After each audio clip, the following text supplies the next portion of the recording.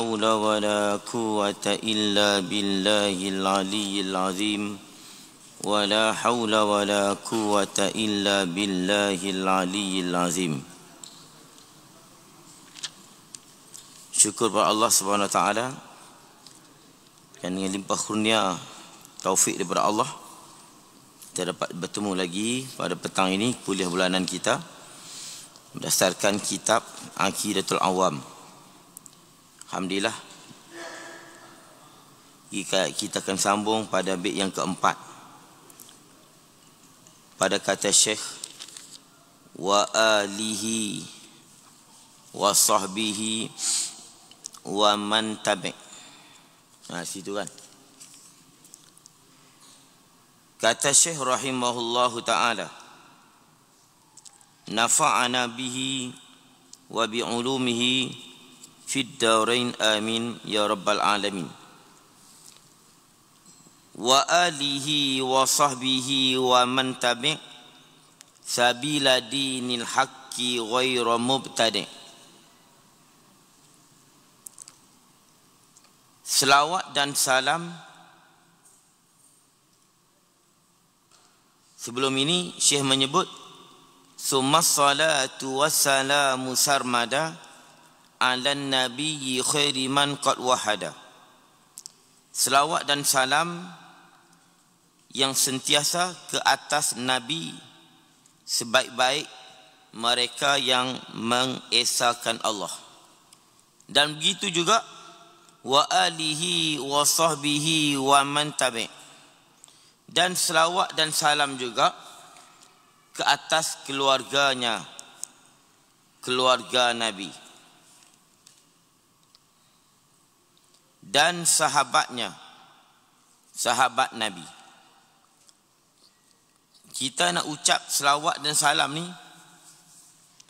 kepada sahabat dan keluarga tanpa menyebut Nabi Muhammad sallallahu alaihi wasallam tak boleh.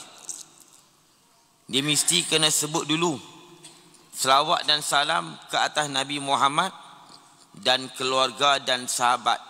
Itu baru boleh. Kalau kita mula dengan selawat dan salam ke atas keluarga dan sahabat Nabi, tak boleh. Dia kena selawat dan salam ke atas Nabi dan keluarga, baru boleh. Dan keluarga di sini jami'ul mu'minin, sekalian orang mukmin. Sebab keluarga ni dia ada keluarga dengan makna keluarga yang betul, keluarga Nabi, family Nabi. Itulah Bani Hashim dan Banu Muttalib. Itu keluarga Nabi betul-betul. Dan ada yang maksud dengan keluarga ini kullu mu'minin taqiyin, setiap orang mukmin yang bertakwa. Ada juga keluarga dengan makna kullu mu'minin, setiap orang mukmin. Dan sekalipun dia tadi tidak bertakwa ataupun buat maksiat, walau kana asian, sekalipun dia derhaka kepada Allah. Jadi di dalam berdoa kepada keluarga Nabi ini, tu dia kena tengok siyakul kalam. Dia kena tengok dia bahas tentang apa. Kalau dia bahas tentang zakat, Nabi melarangkan keluarganya makan zakat, maka keluarga di situ dengan mana? Banu Hashim dan Banu Muttalib. Keluarga lah Said-Said, golongan Said itu, mereka ni Nabi tidak berikan mereka makan zakat. Mana tak boleh zakat. Kenapa tak boleh zakat? Kerana mereka sudah ada peruntukan. Keluarga Nabi ini dah ada peruntukan di dalam perang atau ghanimah. Ada peruntukan khas untuk keluarga Nabi. Oleh kerana itu Nabi tidak benarkan keluarganya makan zakat. Tapi dalam konteks sekarang ini, keluarga Nabi ini dah memang tidak ada peruntukan untuk mereka. Lepas tu guru kami, Tuan Guru Haji Syik Kok Diang, dia telah berfatwa, maknanya keluarga Nabi ni sekarang boleh makan. Mereka tak boleh makan bukan kerana mereka Said. Mereka tak boleh makan dengan sebab Dulu sudah ada peruntukan untuk keluarga Nabi. Peruntukan khas untuk keluarga Nabi. Tapi sekarang tidak ada peruntukan. Itu. Tidak ada peruntukan. Tapi ada juga keluarga dengan makna kullu mu'minin taqiyin, setiap mukmin yang bertakwa. Maka kalau di situ ada doa khusus kepada golongan-golongan yang tertentu, maka di situ keluarga itu dengan makna setiap orang mukmin yang bertakwa. Tapi kalau keluarga situ disebut keluarga di dalam bab umum, di dalam bab doa, bab berdoa, macam di sini, berdoa. Sebab selawat dan salam ni ke atas manusia ialah dengan makna berdoa ke atas mereka. Itu. Doa rahmat, Allah rahmat kepada mereka. Berdoa. Kalau di sini munasabahnya apa dia? Mukmin itu kullu mu'minin walau kana asian. Bukan taki mukmin. Setiap mukmin walaupun dia tadi ni orang yang buat maksiat ataupun derhaka kepada Allah, asalkan dia Islam. Jadi di sini munasabahnya kebanyakanlah di dalam mukadimah kitab dan sebagainya, dia lebih kepada berdoa. Bila berdoa, maka orang mukmin, semua orang mukmin layak dan berhak mendapat doa, apatah lagi mukmin yang derhaka kepada Allah. Jadi di sini selawat dan salam atas keluarga Nabi, iaitulah setiap orang mukminin. Itu. Jadi keluarga dengan makna Banu Hashim, Banu Muttalib. Keluarga dengan makna kullu mu'minin taqi, setiap orang mukmin yang bertakwa. Keluarga dengan makna kullu mu'minin, setiap mukmin walau kana asian, sekalipun dia derhaka kepada Allah. Itu. Dan sahabatnya, sahabat Nabi dan mereka yang mengikut, yakni mereka yang mengikut jalan agama yang sebenar. Maknanya umumlah, tabi'in, tabi'in dan para salafus saleh yang mengikut jalan agama yang dibawa oleh Nabi sallallahu alaihi wasallam. Itulah mereka yang pernah bertemu dengan Nabi selepas Nabi dilantik jadi Rasul. Selepas nanti Nabi dilantik di Rasul dan beriman dengan Nabi, dan walaupun tak pernah melihat Nabi, seperti Abdullah ibnu Ummi Maktum, itu dia tak pernah lihat Nabi walaupun dalam gelap, dan mesti berkekalan beriman sehinggalah mati. Ada juga yang pernah berjumpa dengan Nabi menjadi sahabat, makna cukup syarat-syarat menjadi sahabat, tetapi akhirnya dia murtad wal-iyazabillah. Maka dia ini bukan sahabat. Syarat dan mestilah dia berkekalan beriman dengan Nabi sehinggalah dia mati. Ini cerita ni maklumlah. Dan mereka yang mengikut jalan agama yang sebenar, tidak ditambah-tambah. Ini bukanlah jalan agama yang bid'ah. Itu. Kitab ni diterima yang ditambah-tambah. Sebenarnya mubtadi' ni tidak terkeluar daripada kebenaran. Sebab bid'ah dengan mana ditambah-tambah ni, ini definisi lain. Kalau mereka yang mengikut jalan agama yang tidak ditambah-tambah, banyak penambahan yang kita buat, kan? Tapi penambahan yang kita buat itu bukan perkara bid'ah. Itu berasaskan Quran dan hadis. Ini macam kita menyambut Maulid Rasul ni. Kita buat Maulid Rasul ni. Ini penambahan. Perkara yang ditambah-tambah. Dia tak semestinya perkara yang ditambah itu sesat. Tak semestinya sesat. Itu. Sebab itu sebenarnya mubtadi' ni ghairu mubtadi' di mana ghairu kharijin anil haq. Tak terkeluar daripada kebenaran. Jangan terjemah tidak ditambah-tambah. Nanti kita akan dikata apa?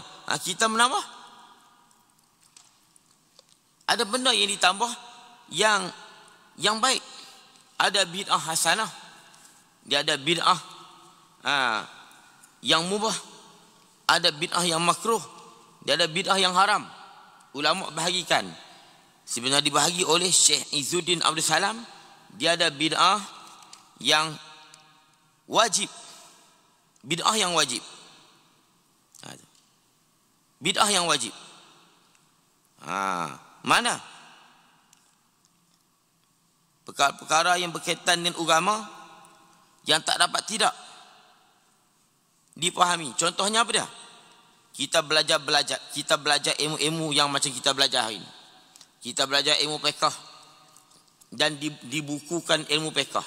Dibuatkan kitab fiqh dan dibuatkan kitab hadis. Dibuatkan ilmu mustalah hadis. Dibuatkan ilmu tauhid dan diajar ilmu tauhid, ilmu sifat 20. Ini dia panggil bid'ah yang wajib. Dibuat hukum fiqh. Zaman Nabi tidak ada hukum fiqh. Zaman Nabi tak pernah ajar. Rukun semayang ada 13. Nabi tak pernah ajar. Nabi tak pernah ajar zaman dia rukun tawaf, rukun haji, Nabi tak pernah ajar. Cuma sahabat faham, sahabat ikut cara Nabi buat, maka mereka tahu, ini wajib ni, Nabi tak pernah tinggal. Yang ni tak wajib ni sebab kadang-kadang ada Nabi tinggal. Dan ada juga Nabi sebut secara khusus. Sehinggalah sampai zaman ulama, mereka bukukan. Mereka buat, mereka senaraikan. Yang wajib, yang haram, yang sunat. Maka terjadilah, dia panggil bab haji. Bab haji Nabi tak pernah ajar sahabat. Nabi tak pernah ajar sahabat. Jadi jangan kita hanya khusus sifat 20. Kita beritahu sifat 20 tak pernah diajar oleh Nabi. Nak tanya fiqh Nabi ajar tak? Nabi tak pernah ajar fiqh. Mustalah hadis lagi Nabi tak pernah ajar. Nabi tak pernah sebut. Hadis ada sahih, ada dhaif. Tu ada hasan. Hasan di zati, hasan di ghairi. Nabi tak pernah ajar. Tak pernah Nabi sebut. Tapi Nabi pernah sebut Allah ada. Nabi pernah sebut Allah kekal. Nabi pernah sebut Allah tu laisa kami syai. Nabi pernah sebut. Tapi Nabi tak sebut sifat 20. Tapi mustalah hadis, fiqh, Nabi tak pernah sebut. Nabi tak pernah sebut. Tiba-tiba pengajian sifat 20 yang diserang, yang dikatakan tidak ada pada zaman Nabi. Ini jadi masalah. Usul fiqh tidak ada. Mustalah hadis tidak ada. Apa lagi? Qawaidul fiqh tidak ada. Tafsir tidak ada. Kalau tafsir ada Nabi, dia akan ada apa? Tafsir Nabi. Tak ada tafsir Nabi. Ulama dah buat ada tafsir Nabi. Yang ada tafsir Ibn Abbas. Itu pun masih ada pertikaian. Tafsir Nabi tak ada. Jadi Nabi pun tidak pernah buat kitab tafsir. Jadi kalau kita nak bid'ahkan semua. Ini bermakna bid'ah itu ada bid'ah yang sunat, ada bid'ah yang wajib. Bid'ah sifat 20, bid'ah yang wajib. Bid'ah fiqh, bid'ah yang wajib. Bid'ah bab haji, belajar bab haji, bid'ah yang wajib. Yang mana kalau kita tak belajar bab haji, tak sah haji kita, maka dia menjadi wajib. Ma la yatimul wajib illa bihi fahuwa wajib. tak sempurna sesuatu kewajipan melainkan dengan dia, maka dia juga menjadi wajib. Ini kaedah. Ilmu tauhid ini asalnya yang wajibnya kena Allah. Yang wajibnya kena Allah. Wajib kena Allah. Macam mana nak kenal Allah? Tak boleh kenal Allah melainkan kena belajar ilmu sifat-sifat 20. Dan kalau ada yang lain, ya, silakan. Kalau ada, silakan. Tetapi dah menjadi turun-temurun dan keberkesanannya itu dah memang jelas. Dan semua ulama berpegang. Tuan-tuan pergilah ke mana-mana pun.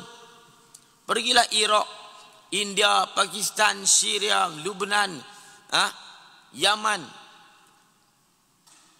Semua belajar mengikut akidah yang dibawa Abu Hasan Asy'ari dan Abu Mansur Maturidi. Ni sifat 20 ni.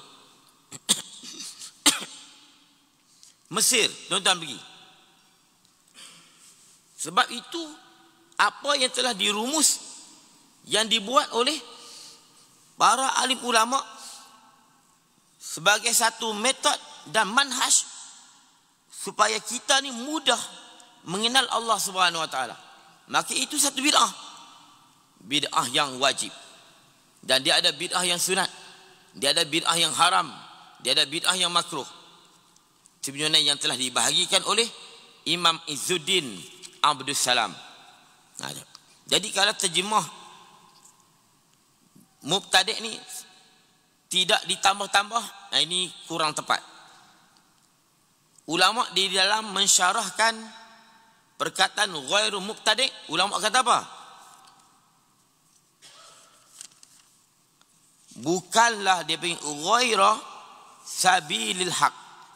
Bukan dengan jalan kebenaran, dengan jalan yang batil. Itu mubtadi'. Ghairu kharijin anil haq.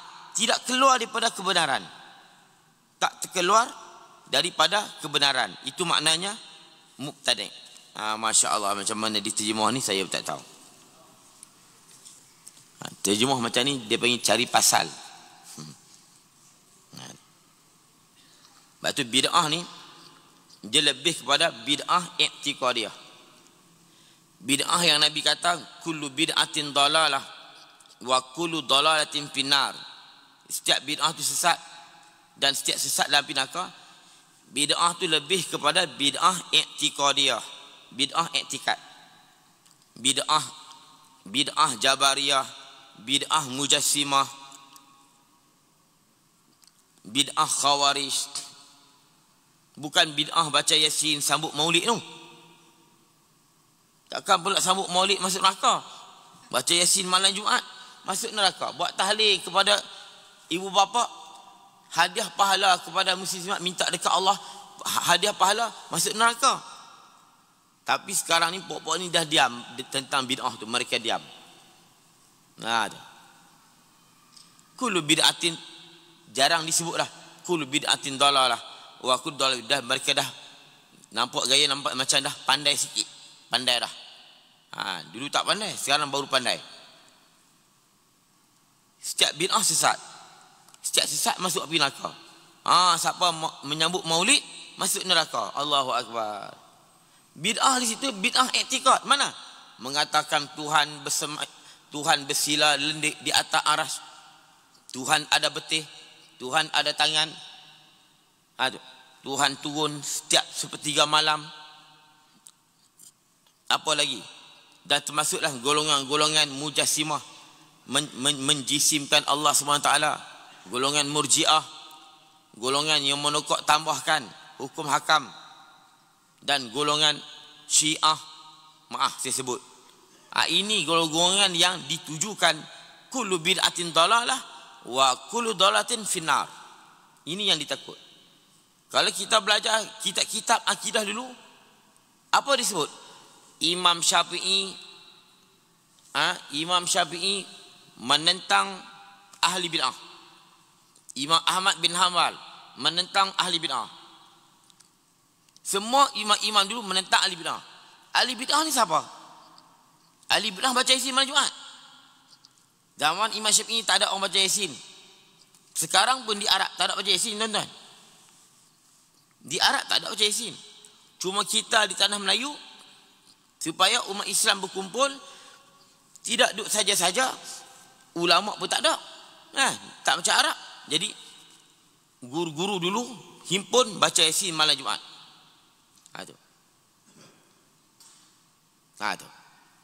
Itu je.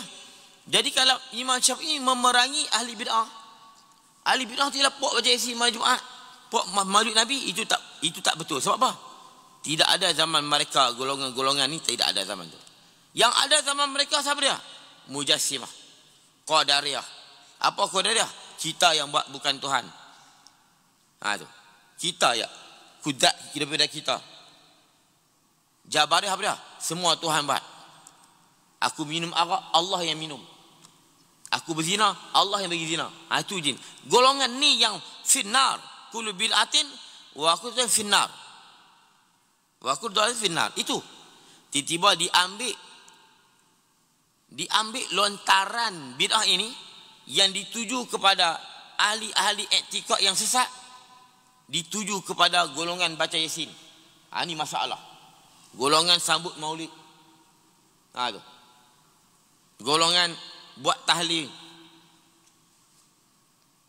Golongan baca Quran malam nisfu Syaban, minta doa dekat Allah. Golongan ziarah kubur, maka dituduhlah menyembah kubur dan sebagainya.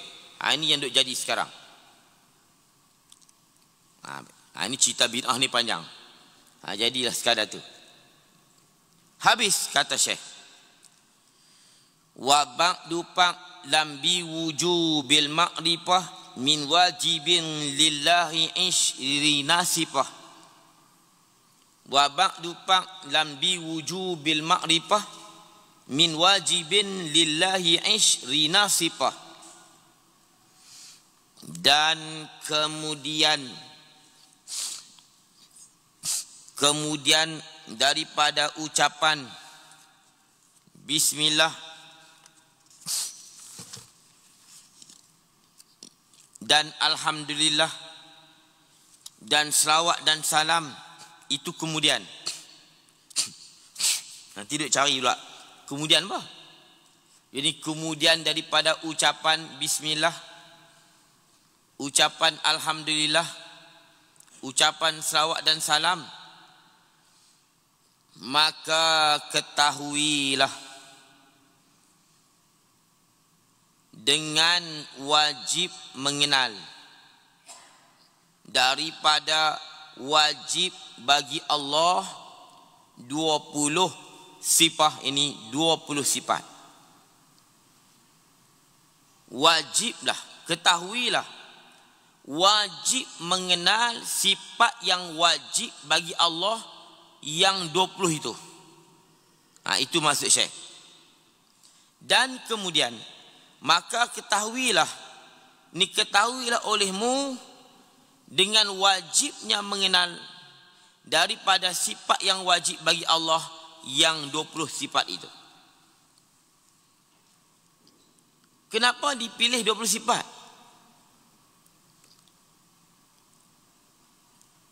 Ada golongan dia kata apa? Sifat Tuhan ni banyak. Kenapa 20 saja? Saja-saja dia nak menentang. Saja sedap mulut. Tu. Nak duduk diam tak mau, tapi nak bercakap. Sifat Tuhan kan wajib. Kenapa 20 saja? Kita tanya dia, sifat Tuhan berapa? Mau tanya dia, berapa sifat Tuhan? Yang mu kata banyak tu berapa? Banyak mana? Dia cari pasal, tanya dia, banyak mana sifat Tuhan? Tak terhingga banyak. Okey. Tuhan boleh hingga tak sifat dia banyak mana? Tuhan boleh hingga tak? Tuhan tahu tak sifat dia banyak mana? Tuhan tahu? Kalau tahu dia tak panggil tidak terhingga, itu dia panggil dihingga. Tuhan tak tahu. Kalau Tuhan tak tahu, Tuhan jahil. Jangan duk cakap. Kalau tak reti dalam bidang ni, jangan cakap. Duk diam. Itu saya sebut sebelum ni lah. Tapi kasar sikit lah. Kalau bodoh, jangan bercakap. Simpan bodoh tu. Saya kata kat tuan-tuan tu, ini tuan-tuan lari pula. Kan? Kalau dia bodoh, dia diam. Simpan bodoh tu. Macam-macam tumahan terhadap pengingat sifat 20. Sifat 20 ni, sifat Allah ni tak terhingga banyak. Saya tak mau cerita habis, nanti habis modal. Sifat Tuhan ni tak terhingga banyak, banyak sekali sifat dia. Sifat Tuhan bukan 1,000,000, 2,000. Kalau sifat Tuhan kalau 2 juta, kenapa tidak 3 juta? Kalau 3 juta, kenapa tidak 4 juta? Kalau 1 bilion, kenapa tidak 2 bilion? Dia akan ditanya. Sifat Tuhan ni tak terhingga banyak. Habis tu yang 20 ni, yang 20 ini yang ulama cari dan selidik daripada Quran dan hadis. Aduh. Yang ulama nukil daripada Quran dan hadis. Aduh. Sama ada dengan jalan soreh atau dengan jalan mafhum. Dengan jalan faham atau dengan jalan jelas, nampak, disebut jelas, ataupun dengan jalan mafhum. Ulama tolong cari kepada kita. Dan lagi pula kerana 20 sifat ni dia panggil ummahatus sifat, induk bagi segala sifat-sifat yang lain. Aduh. Kalau salbiah tu 5, maka 5 ni sebagai ibu bagi sifat salbiah yang lain. Nak psiah satu lah. Kalau ma'ani ni 7, maka dia ibu bagi ma'ani-ma'ani yang lain. Cuma kita nak sebut tak boleh sebab tak disebut dalam Quran secara soreh. Tu. Tak disebut. Begitu juga maknawiyah. Bila ma'ani pun banyak, maknawiyah banyak. Tetapi cukup dengan kita belajar ni, sifat salbiah 5, ma'ani 7, maknawiyah 7, nak saya cukup dah mewakili bagi sifat-sifat yang lain. Sifat-sifat salbiah yang lain, sifat-sifat ma'ani yang lain. Sebab dia panggil ummahatus sifat, ibu dan induk bagi sifat-sifat yang lain. Kalau nak belajar 1000, jenahlah 1000 nak kena belajar. Dan tercangkup dan masuklah segala asmaul husna di dalam sifat 20 itu. Masuk dalam tu. Sebab tu kita tak perlu belajar asmaul husna, tak perlu belajar. Bila kita belajar sifat 20, kejaplah asmaul husna itu. Sebab asmaul husna itu nama bagi sifat-sifat. Kalau kita kata Allah bersifat dengan sama, maka dia panggil Allah tu Sami'. Allah bersifat dengan kudrah, maka dia panggil Qadir. Allah bersifat dengan basar, maka dipanggil Allah Basir. Nama dia. Allah bersifat dengan kalam, dipanggil dengan mutakallim. Tapi tak sebut dalam Quran mutakallim. Wa kallamallahu Musa taklima. Itu dengan soreh ataupun dengan tidak soreh. Dengan jalan mafhum. Ini banyaklah. Kena, ini kerja ulama bukan kerja kita. Kerja ulama. Kita yang tak ulama ni sibuk nak bercakap. Itu. Cukup dengan 20 itu. Sebagai induk bagi segala sifat-sifat yang lain yang kita tidak tahu. Habis sifat-sifat yang lain. Sifat-sifat yang lain hanya kita tidak tahu nama. Dan sifat Tuhan ni dia tidak boleh beri nama kalau Allah tak sebut. Waqtira'an nasma'u tauqifiyah kaza sifatu pahpazis sam'iyah. Ulama memilih bahawa nama-nama Allah ni tauqifiyah. Mesti kalau kita nak sebut nama ni mesti ada datang daripada ajaran syarak. Mesti disebut oleh Quran dan hadis. Itu tauqifiyah. Wa ikhtira'an nasma'u tauqifiyah. Begitu kat sifat. Kazas sifati. Sifat Tuhan tak boleh kita nak kata Allah hero, boleh tak? Allah hero. Tak boleh. Bila Allah tak sebut dia hero, jangan sebut. Walaupun hero boleh dikata. Nama Tuhan dia tak boleh reka-reka, tak boleh. Nak cipta tak boleh. Walaupun sesuai, tak boleh. Kalau qawi, ya memang al-qawi al-matin. Tapi kita nak cipta nama-nama yang sekarang ini diguna pakai. Tapi Quran dan hadis tak disebut. Kita tak boleh guna. Contoh mahir. Tuhan mahir. Tak boleh. Kita tambah. Tuhan tu al-mahir. Tak boleh. Walaupun mahir. Memang Tuhan mahir. Tapi tak boleh. Kalau tak ada. Nasim. Tak boleh. Kita nak guna kalimah-kalimah baru tak boleh. Oleh kerana tu yang jadi 20. Jadi yang lain tu apa dia? Ulama kata. Yang lain tu dia panggil sifat kamalat. Sifat kamalat. Sifat-sifat kesempurnaan. Habis cakap tu. Tuhan memiliki sifat kamalat yang banyak. Yang wajib kita belajar secara detail satu persatu 20. Mana? 20 sifat. 20 ni kamalat juga. Cuma kamalat yang ada nama. Ada wujud, kidam, baqa', mukhalaf tadi, qiyam nafsi. Itu ada nama. Yang lain kamalat yang tidak ada nama. Tidak ada nama kerana apa? Kerana tak disebut. Kita tidak memandai-mandai. Ulama ahli sunnah tidak memandai-mandai. Memandai-mandai cipta nama, tidak. Jadi dia tenggelam. Dia contoh macam kita kata apa? Roti canai. Di dalam roti canai itu ada tepung tak? Ada tepung. Dalam roti canai itu ada garam tak? Ada garam. Kadang-kadang ada gula sikit. Tapi ketika roti canai itu siap, adakah tuan-tuan nampak tepung tu? Tak ada. Tepung tu terdapat dalam roti canai. Dia juga dalca. Dalca dibuat daripada kacang parpu. Daripada kas-kas. Daripada serbuk kari. Tapi ketika dalca tu siap, adakah tuan-tuan nampak kacang parpu, serbuk kari? Tak nampak. Begitulah kita duk mengaji ni.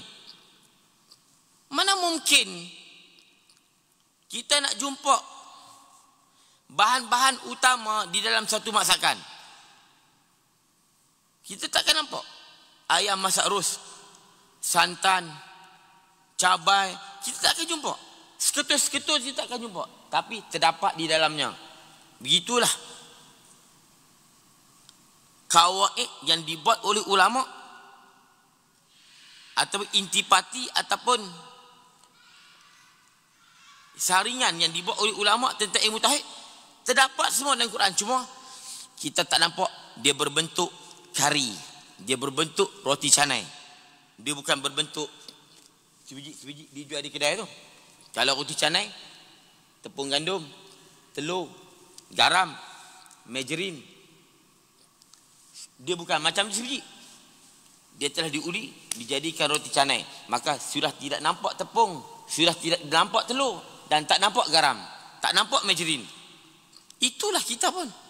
Memang tak nampak. Tapi bila dikorek, bila kita kaji, memang ada benda-benda tu. Yang nampak tu hanya orang yang pakar saja. Kena ingat elok tu. Baik. Itu kata Syekh, wajib kita kenal sifat Allah yang 20. Kadang-kadang dikata 20 saja. Kita tanya dah, 20 saja? Ya, 20 saja. Kamu ingat 20 tu? Tak ingat. Ataupun duduk sembang 20 pun kamu tak ingat, kamu duduk tanya 20 saja. 20 saja. Okey, kamu nak berapa? Kamu hafal tak 20 tu? Mana aku tahu. 20 pun kamu tak tahu, kamu duduk tanya 20 saja. Senang ya. Budak-budak ni nak bergaduh. Kalau kita bodoh, simpan. Bukan tuan-tuan lah. Cuba nak petikai ulama. Simpan. Jangan perhabis. Tadi tak tahu dah. Kena simpan sikit. Tunjuk supaya anak cucu kita tengok. Tahu bahawa kita ni bodoh.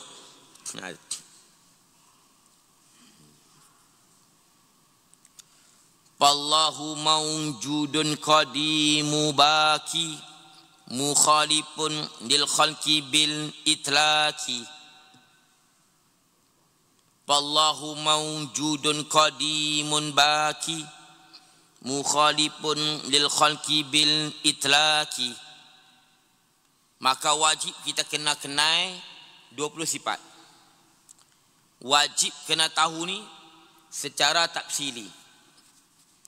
Adapun sifat-sifat kamalat yang lain secara ijmali. Faham tu? Secara ijmali. Kena kenal juga sifat yang lain. Kena tahu. Tahu dengan secara ijmal. Apa makna? Borong. Apa borong? Allah memiliki lagi banyak sifat, tapi aku tak tahu. Iaitulah setiap sifat yang sempurna, yang layak dengan Allah. Sudah. Khalas. Adapun 20 ni, Tuhan ada sifat, Tuhan ada kudrat, Tuhan ada iradat, Tuhan ada ilmu, Tuhan ada hayat. Boleh sebut. Ini wajib kena tahu dengan jalan secara tafsil detail. Adapun yang lain yang banyak-banyak tu yang kita tak tahu nama, wajib kena tahu dengan jalan ijmal. Am dan umum ataupun global ataupun borong. Gitu saja.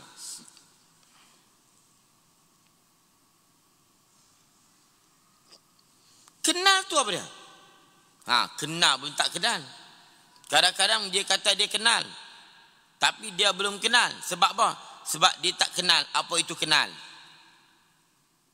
Siapa-siapa yang kenal apa itu kenal, maka dia boleh beza antara, maka dia boleh tahulah bahawa dia itu kenal atau tidak kenal.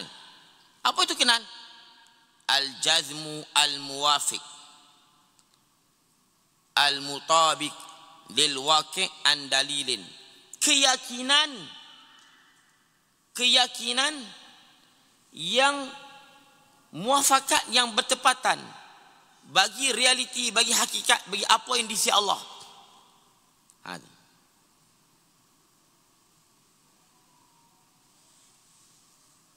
Lagi pula an dalilin, daripada dalil.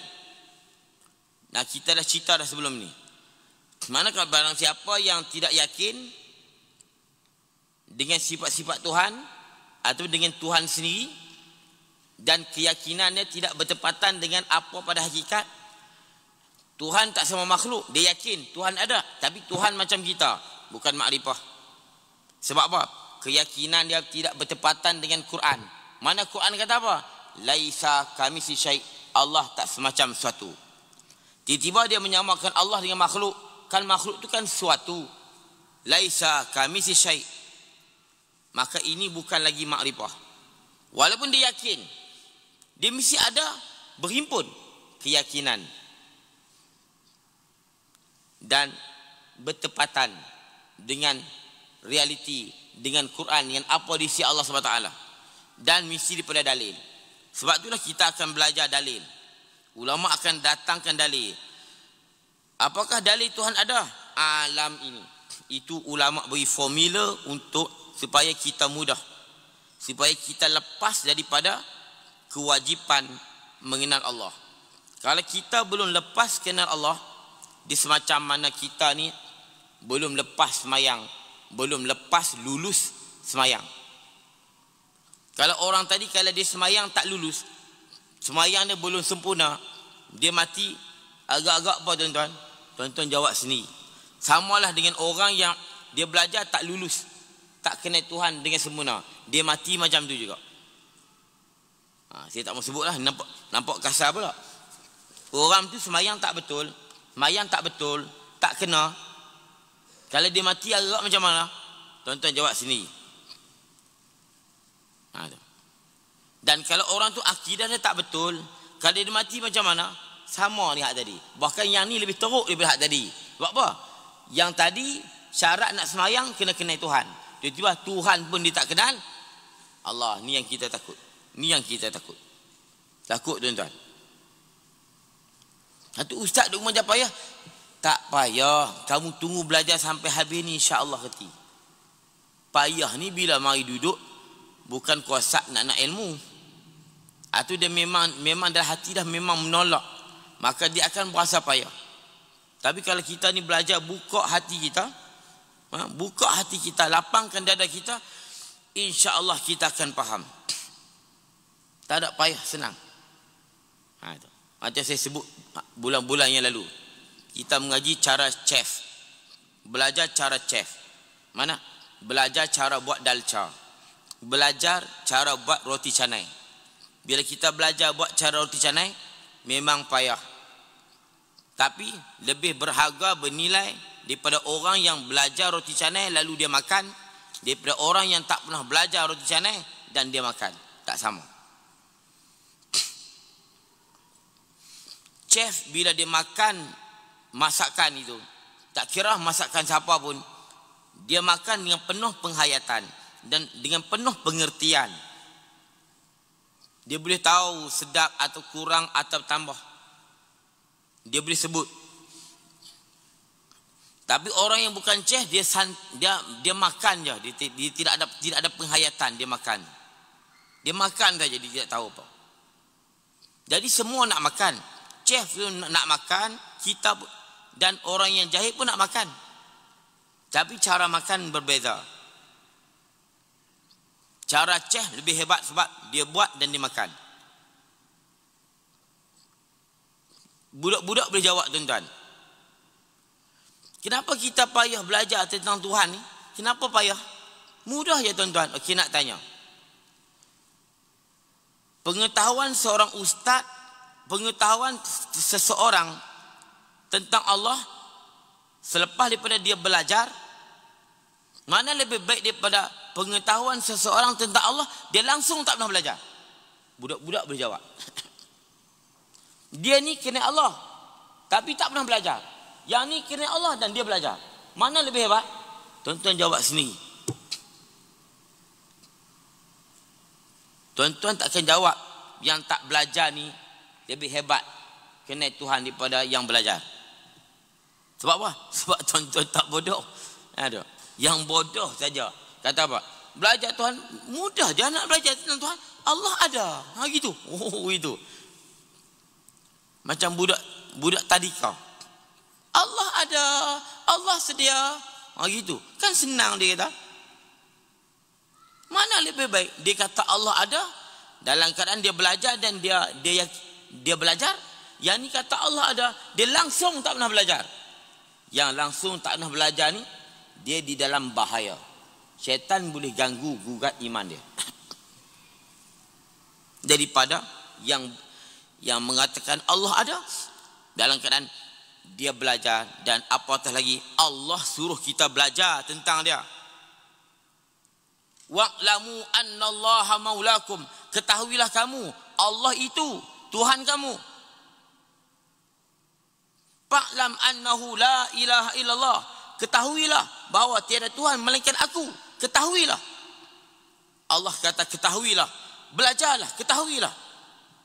Takkan pula yang belajar tentang Tuhan, yang tak belajar tentang Tuhan, yang tak belajar lebih baik daripada yang belajar. Ini telah lawan Quran. Lawan Quran tuan-tuan. Dia kena ketuk tuan-tuan. Dia kena garang sikit. Ketuk sikit. Baik. Kalau nak cerita makrifah ni satu malam tuan-tuan. Satu malam kan nak cerita makrifah. Lalu Syekh pun kata, maka Allah itu ada. Wallahu mawjudun qadimu baki, mukhalifun lil khalqi bil itlaqi. Maka Allah itu ada. Allah itu ada. Dan Allah itu kekal, qadim. Dan Allah itu baki, yang menyalahi bagi makhluk.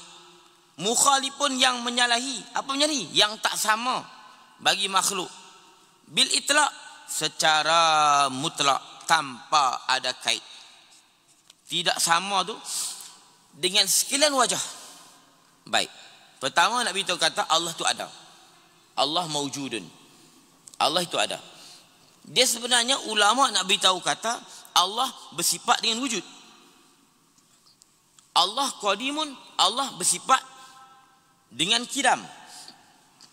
Dan Allah baki, Allah bersifat dengan baqa. Itu asal dia.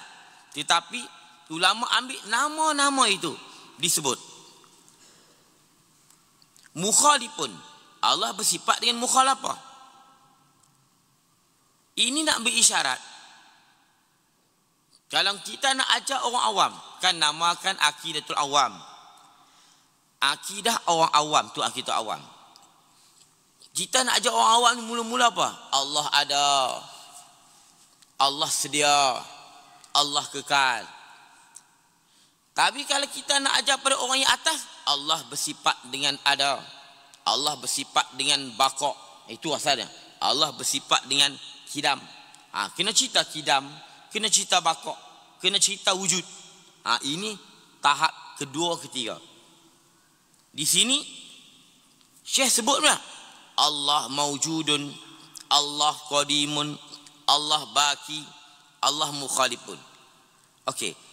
Maujudun ambil mana? Mana dalil? Oh, kalau tanya Allah maujud, mana dalil kata Allah tu bersifat wujud? Ni sebut bodoh lagi pula dah. Hari ni aja sebut bodoh.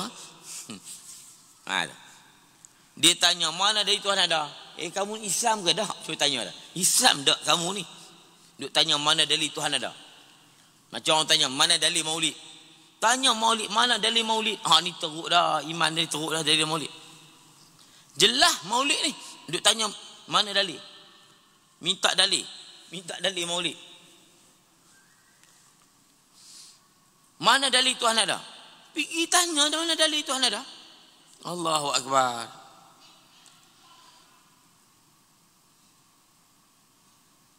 Allahu khaliqus samawati wal ard. Allah mencipta langit dan bumi. Allazi khalaqas samawati wal ard. Afillahi syak. Adakah tentang Tuhan itu ragu? Okey. Dalam Quran memang Allah tak sebut Allah wujudun, tak sebut. Allah mawujud pun tak ada. Tapi orang cerdik dia faham. Mana? Bila Allah kata afillahi syak, allazi khalaqas samawati wal ard, Allah yang mencipta langit dan bumi. Allah. Adalah dia. Kita tanya mana dari pula dah. Tu payah nak ni. Kemudian Allah qadimun. Allah tu qadim. Qadim tu apa dia? Tiada awal. Nak kena tanya dalil lagi? Tak perlu. Tapi Allah sebut apa? Huwal awwal wal akhir. Tu. Dan dalam hadis ada Nabi menyebut,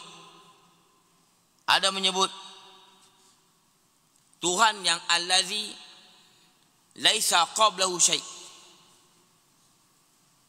dan walaisa ba'dahu syai'. Huwal awwal. Dalam hadis al-awwal Nabi kata laisa qablahu syai'.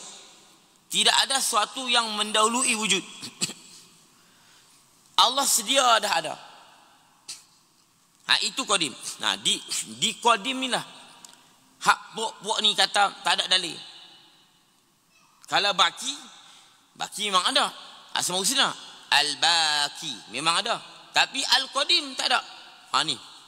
Nak cerita ni, puak ni. Al-qadim tak ada. Jadi tak boleh kita panggil Tuhan qadim. Tapi kan saya sebut, dalil kadang-kadang diambil dengan jalan sarih, kadang-kadang diambil dengan jalan mafhum. Dan ulama ni bersusah payah di dalam nak menentukan Tuhan qadim dengan mencari dalil. Sebab itu memasukkan qadim di antara nama-nama Allah itu masyhur di sisi majoriti ahli ilmu. Lafaz al-qadim memang tidak wujud dalam Asmaul Husna. Asma' husna tidak wujud. Tapi masyhur di kalangan para alim ulama, sama ada ulama hadisnya, ulama tauhidnya, ulama tafsir dan ulama fiqh, semua mengatakan Allah qadim. Kita dalil ada, tapi puak ni dia nak dalil suji-suji. Dia nak dalil suji-suji. Allah qadim sebenarnya ada di dalam hadis daripada Ibnu Majah dan juga Abi Daud. Dalam hadis, dalam kitab Abi Daud dan Ibnu Majah ada menyebut Nabi ni idza dakhala al-masjid, Nabi bila dia masuk masjid, qala a'udzu billahil azim wa biwajhihil karim wa sultanihil qadim minasyaitonir rajim. Hadis ni sahih. Ini kata payah apa ni? Nabi bila dia masuk masjid, dia kata apa? A'udzu billahil azim. Aku minta berlindung dengan Allah yang agung. Wa biwajhihil karim, dan dengan zatnya yang mulia. Wa sultanihi al-qadim, dan kerajaannya yang qadim.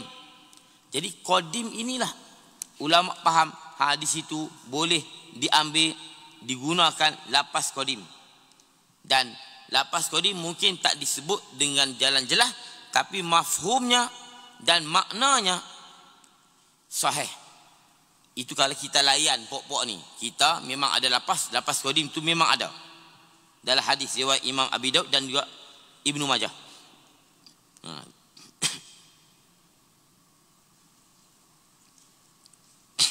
Sehingga semua ulama mengatakan boleh memanggilkan Allah dengan qadim. Tiba-tiba dia orang ni dia orang ni sebenarnya tak faham makna qadim tu. Sehingga ada dia cuba mengelak, dia kata apa? Qadim ni lama, buruk. Dia kata ni hak terbaru. Qadim ni buruk. Qadim. Lafaz qadim ni dia banyak makna. Kalau disebut kepada manusia, qadim tu ada makna lama, ada makna buruk. Dia ada qadim zati, dia ada qadim zamani. Tuhan dia bukan qadim zamani. Qadim zamani apa dia? Lama dan buruk, itu qadim zamani. Tuhan ni qadim zati. Yang ni pun dia tak pernah belajar, tapi dia sibuk nak bercakap. Qadim ni apa dia? Tiada ada awal bagi wujudnya. Lepas tu kadang-kadang dulu orang kata apa? Kamu datang masjid kaum baru ni, ada lagi. Aku datang sedia ada dah masjid. Sedia dah ada. Apa sedia ada? Bukan masjid ni tidak ada awal wujudnya, tapi aku datang dia ada dah. Itu mana sedia ada. Kadang-kadang kita pun guna dengan sedia ada. Sedia juga. Tapi sedia kalau masjid ni dengan makna lama. Tu.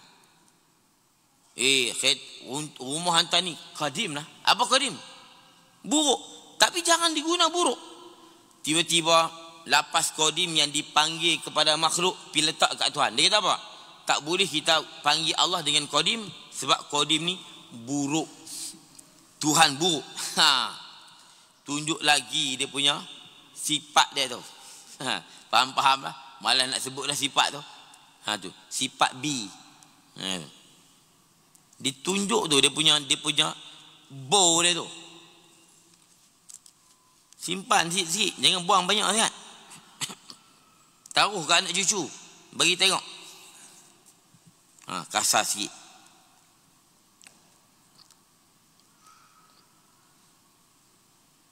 Maka Allah itu ada.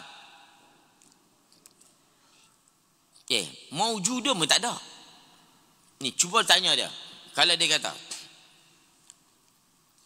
Allah mukhalifun tak? Allah maujudun tak? Maujud. Allah maujud. Kamu ambil mana maujud tu? Kamu ambil mana? Kamu ambil mana kata Allah maujud? Kalau nak pakai Quran dan hadis, tanya dia. Memang tak boleh jawab. Kalau begitu, kalau kamu kata qadim tu tak boleh sebut sebab tak ada hadis, maujud pun tak ada. Maujud pun tidak ada dalam Quran dan hadis. Dan banyak lagi sifat-sifat yang lain.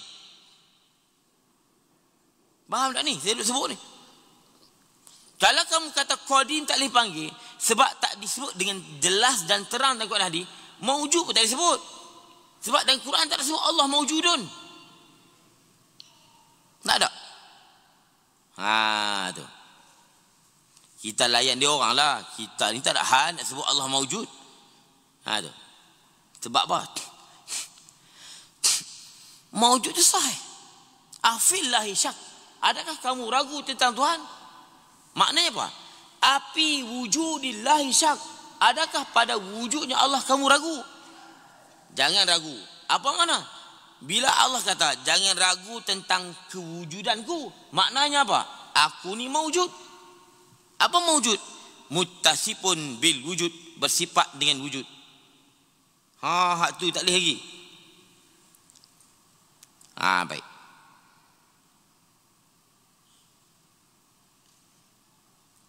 Qadimun, Tuhan yang sedia. Apa dia sedia? Adanya tidak ada permulaan.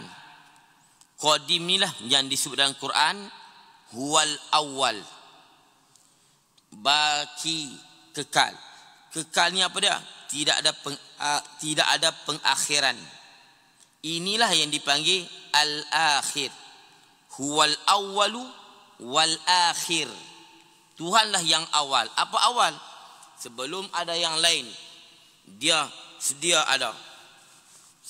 Selepas hilang yang lain, dia tetap ada.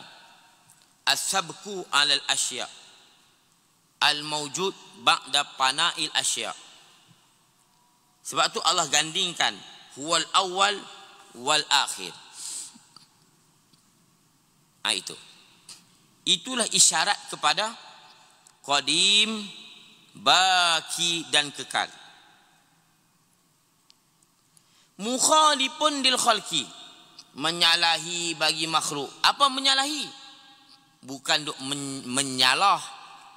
Menyalahi di mana? Tak semacam bagi makhluk. Yang ni sesat kah? Tu. Sesat kah yang ni? Laisa kamislihi syai'. Allah tidak seumpama suatu. Walam yakul lahu kufuwan ahad. Tidaklah yang sekupu, yang setara, yang semacam dengan Tuhan. Allah sebut dalam Quran. Jelas-jelas. Lalu ulama menyebutkan satu sifat yang berdasarkan ayat laisa kamil syai' mukhalifun lil khalqi ataupun mukhalafatuhu lil hawadith. Tak sama Tuhan bagi segala yang baharu. Tiba-tiba dikata sesat pula. Ilmu mustalah hadis dikata tak sesat. Dia mengajar mustalah, tapi orang mengajar sifat 20 dia kata salah, tak ada zaman Nabi. Mustalah hadis lagi tak ada zaman Nabi. Asas sikit pun tak disebut. Tapi sifat 20 walaupun tak dibilang 20, tapi asasnya disebut oleh Nabi. Takkan Nabi tak pernah kata Allah tu sedia, Allah tu kekal, Allah tu ada. Takkan Nabi tak pernah sebut Allah tu ada. Takkan Nabi tak pernah sebut Allah tu kekal, tak binasa. Sedangkan dalam Quran ada sebut. Tapi Nabi tak pernah sebut hadis itu ada hasan, ada sahih, ada dhaif. Nabi bila dia baca hadis, rawahu hadzal hadis sahih. Nabi kata hadis sahih ni hadis yang benar-benar datang daripada Nabi. Takkan Nabi kata hadzal hadis sahih, intabihu hadzal hadis sahih. Nabi baca hadis dia kata intabihu, itu jaga-jaga. Hadzal hadis dhaif jiddan, hadzal mawdu'. Tak ada. Takkan pula Nabi cakap hadis tu Nabi kata ini hadis dhaif. Dhaif ini bila tidak jelas hadis itu adakah datang pada Nabi atau tidak. Tidak jelas. Bila Nabi kata Nabi cakap ni, hadal hadis dhaif. Oh, macam mana Nabi cakap begitu? Lepas tu kalau kita nak hantam sifat 20, hantam semua.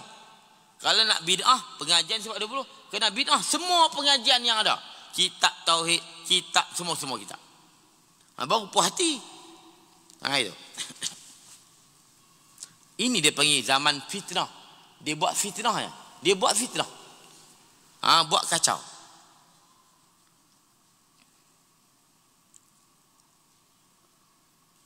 Tuhan menyalahi bagi makhluk secara mutlak.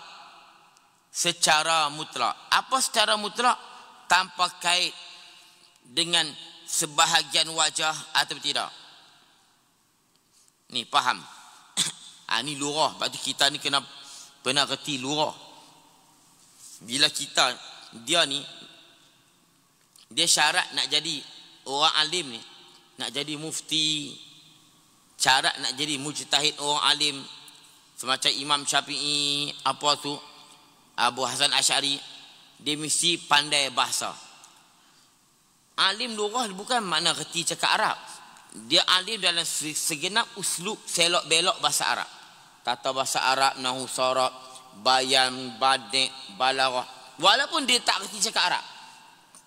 Walaupun dia cakap Arab tak pandai. Tapi selok belok uslub bahasa Arab tu dia pandai. Ini maksud begini. Ini maksud begini. Ini maksud begini. Yang kita ni hanya pandai cakap Arab. Nahu sarab tak lepas. Baca baris dah silap dah. Apatah bayan, badek, ma'ani. Ilmu puasa, badek. Tanya pula badek, tuan cakap semah hadis sahih ke tak? Badek. Ni ilmu badek. Duduk badek rumput tu. Munak badek. Tahu tak badek? Duduk rumput tu badek. Ni nak tahu ilmu badek? Cuba mari. Duduk badek dia apa kita?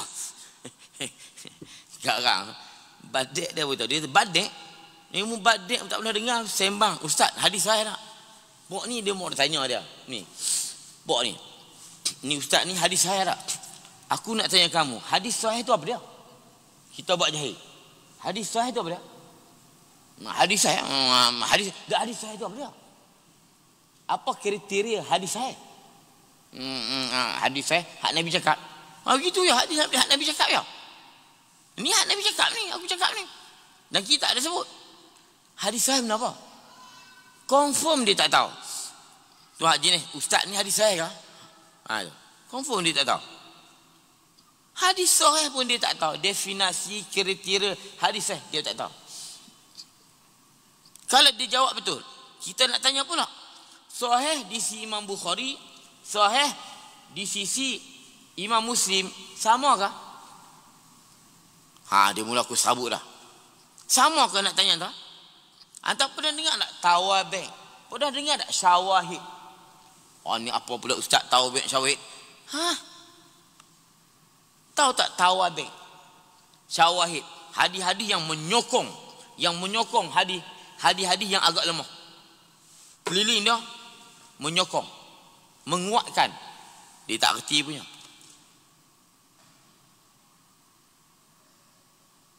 Tu. Apakah syarat rijal-rijal sahih di sisi Bukhari dan Muslim? Dia tak boleh jawabnya. Tak punya musalah dia tak reti. Itu dia panggil ala syarti Bukhari. Kan kita mengaji hadis. Haza ala sahih ala syarti Bukhari. Itu ala rijali Bukhari. Haza sahih ala syarti Muslim. Apa tu syarat? Dia melingkup tu ya lagi. Tu sembang apa? Hadis sahih tak? Sahih ke tak? Dia melingkup itu dah. Dia lingkup seorang nak lingkup orang lain.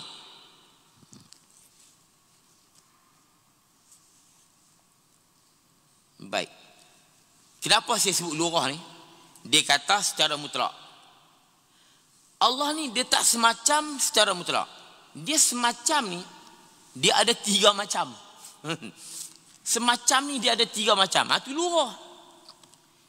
Ada semacam macam tu ada 3 macam pula. Ada 3 macam. Dalam bahasa Arab dia ada mislu. dia ada syibhu, dia ada naziru.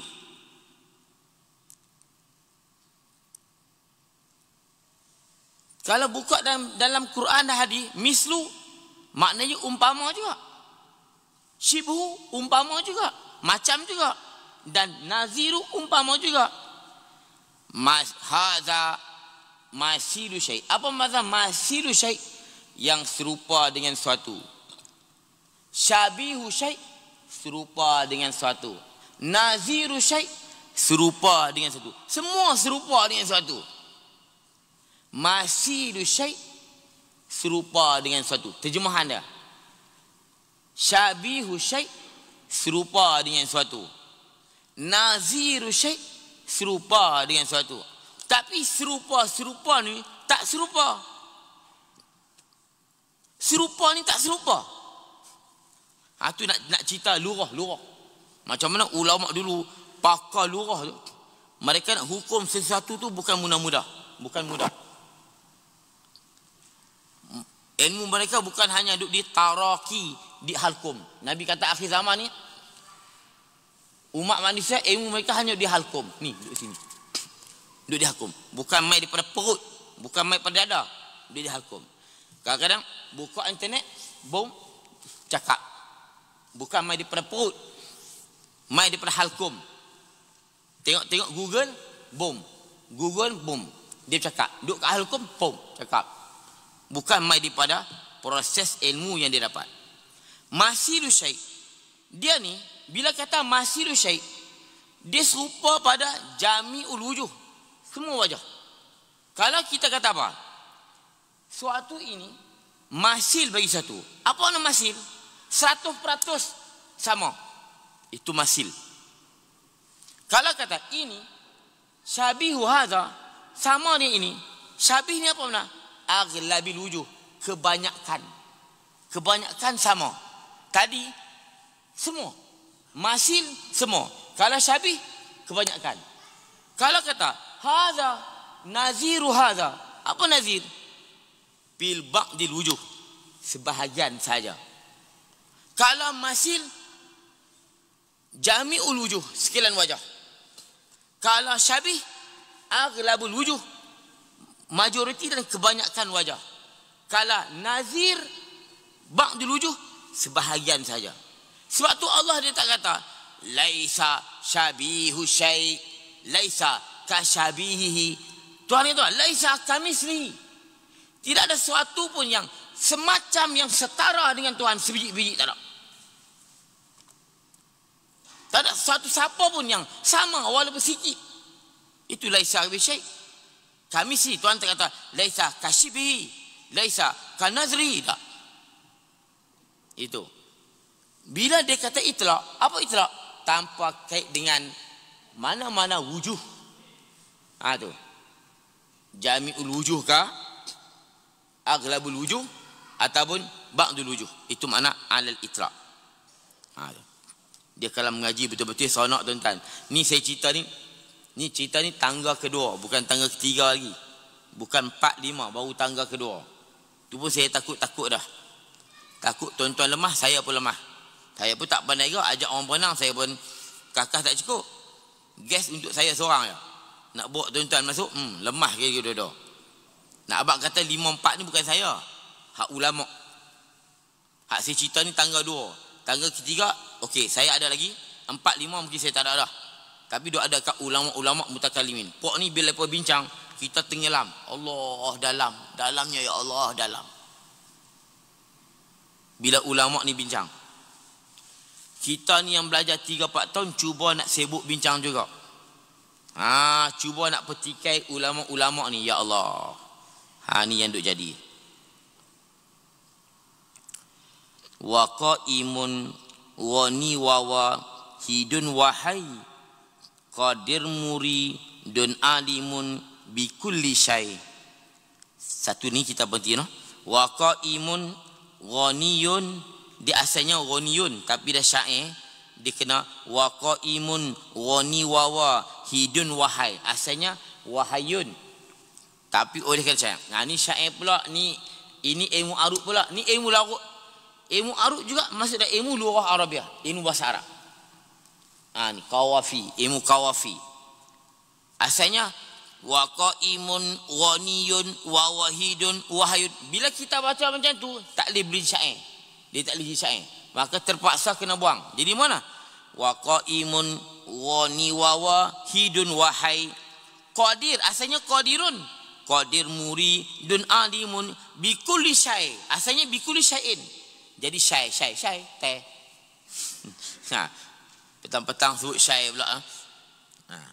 Syai ni bukan syai teh tu. Syai ni syai'in. Tapi kerana syair, bila sebut syai'in, dia tak jadi lagu. Maka kena buang. Kalau saya baca syai'in jadi begini. Qadirun muridun alimun bikulli syai'in. Dia panggil syair gila. Saya panggil benda gila. Tapi kalau baca qadir muridun alimun bikulli syai'.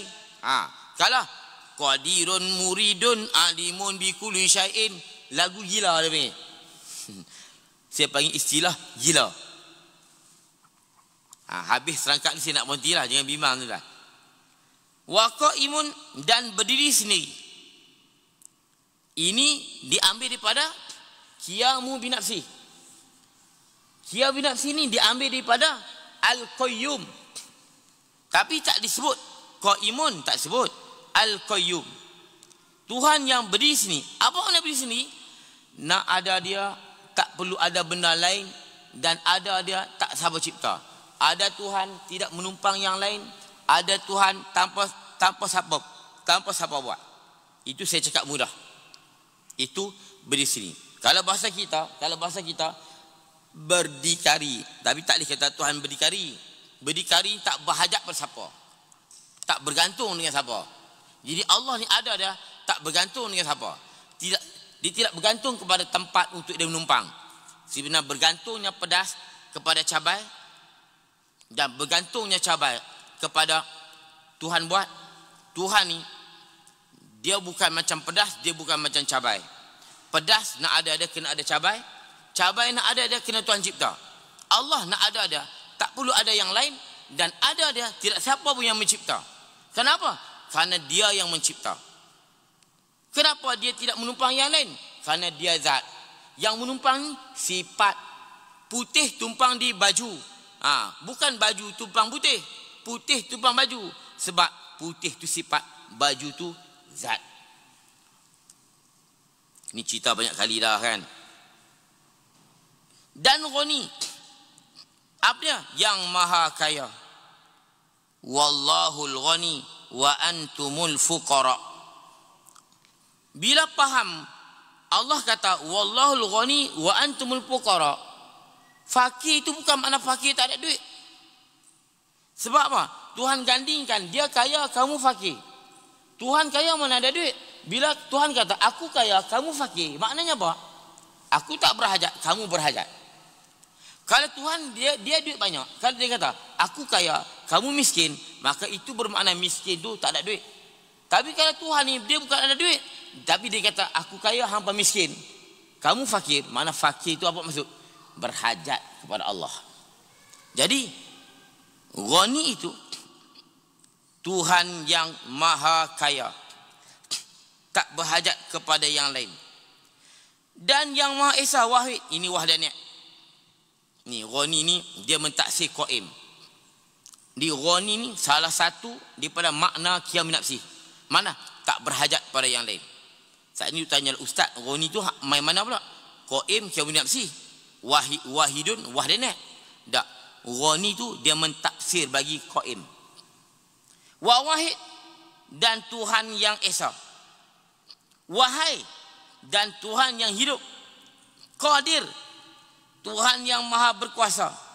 Muridun, Tuhan yang maha berkehendak. Alimun, Tuhan yang maha mengetahui. Bikulli syai'in, dengan setiap sesuatu. Saya tak menghurai yang ni, saya dah hurai sebelum banyak, dan akan datang mungkin kita akan hurai kalau ada kesempatan. Jadi sekadar tu dulu, kita berhenti dekat sami'unil basiruwal mutakallimu lahu sifatun sab'atun tantazimu. Kita berhenti dekat Sami'un al-basiru wal mutakallimu. Jadi sekadar itu dulu.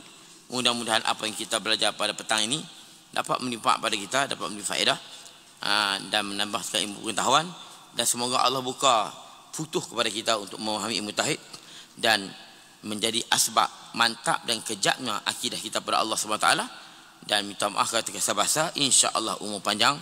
Kita jumpa lagi pada kuliah akan datang. Di sekadar itu dulu, wallahu subhanahu wa ta'ala a'lam bis-shawab. A'udzu billahi minasyaitonir rajim. Bismillahirrahmanirrahim. Alhamdulillahirabbil alamin. Hamdan yuwafi ni'am